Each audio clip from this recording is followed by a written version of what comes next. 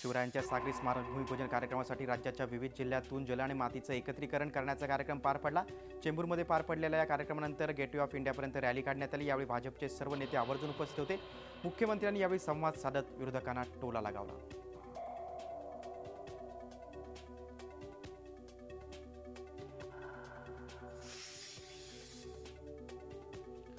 मुंबईजवळच्या अरबी समुद्रात उभारण्यात येणाऱ्या छत्रपती शिवाजी महाराजांच्या स्मारकाचा भूमिपूजन आणि जलपूजन सोहळा उद्या पंतप्रधानांच्या हस्ते होणार आहे। सुमारे 17 हेक्टर खडकावर हे भव्य शिवस्मारक बांधलं जाणार आहे। त्यात छत्रपतींचा 400 फुटी पुतळा असणार आहे।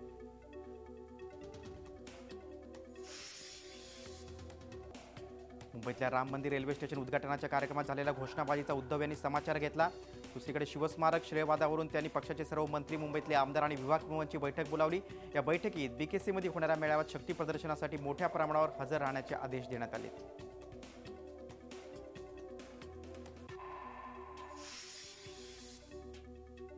शिवस्मारकाच्या कार्यक्रमावरून दुसरा मित्रपक्षही नाराज झालाय। भाजपने कार्यक्रम हायजॅक केल्यामुळे नाराज विनायक मेटेंनी रॅलीला दांडी मारली।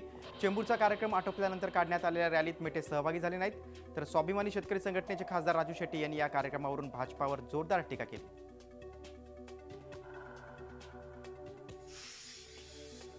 पंतप्रधान नरेंद्र मोदी यांच्या हस्ते शनिवारी पुणे मेट्रोच्या भूमिपूजनाचा कार्यक्रम होतोय। मात्र पुणे मेट्रोच्या श्रेयाची लढाई टोकाला गेली। पंतप्रधानांच्या नियोजित भूमिपूजनापूर्वीच काँग्रेसनं आज भूमिपूजनाचा कार्यक्रम उरकून घेतला। यावेळी माजी मुख्यमंत्री पृथ्वीराज चव्हाण यांनी भाजपवर टीका केली।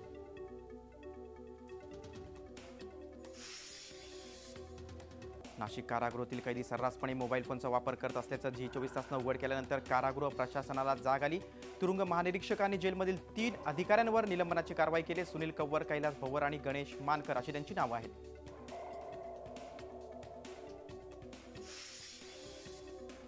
नाशिक कृषी उत्पन्न बाजार समितीचे सभापती देविदास पिंगळे यांच्या पिंपरी गावातील फार्म हाऊसची झडती सुरू आहे।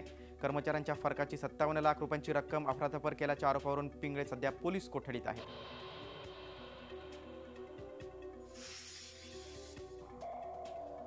नाशिकमध्ये बनावट नोटा बनवणारा रॅकेट नाशिक पोलीस आणि आयकर विभाग यांच्या संयुक्त कारवाईमध्ये उघडकीस आले। त्यांच्याकडून 2,35,00,000 रुपयांच्या बनावट नोटा जप्त करण्यात आल्यात।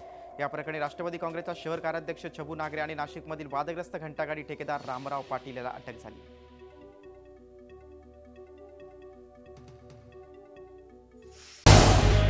झी 24 तास रहा एक पाऊल पुढे।